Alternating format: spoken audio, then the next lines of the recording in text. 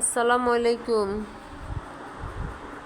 ফেনী, ময়ূরফাল, তারপর কুমিল্লা, নোয়াখালী, তারপর ছাগলাইয়া, পরশুরাম, ফুলগাজী, মানে এদিকেও মানুষ বন্যা কবলিত হচ্ছে। মানুষ সবাই ঘরবাড়ি ডুবে যাচ্ছে, মানুষ অনেক ক্ষতিগ্রস্ত হয়েছে। তারপর মানুষ অনেক বিপদে আছে। তারপর আমরা কালকে 4টার দিকে বের হয়ে আমরা গুলিস্তান দিয়ে যাই। তারপর ফ্লাইওভার ধরি আমরা 2.5 ঘন্টার ভিতরে তা ফেনী স্টার লাইন ফার্ম পর্যন্ত যেতে পারি। তারপর আর যেতে পারি না, আমাদেরকে যাইতে দিচ্ছে না। তা কদু বাজার পর্যন্ত গেছে, রাস্তা অনেক জ্যাম, মানে যাওয়াই যাচ্ছে না।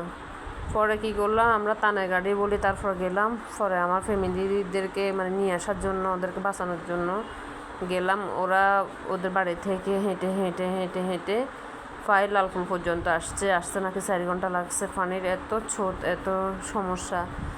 তারপর এই যে এখানে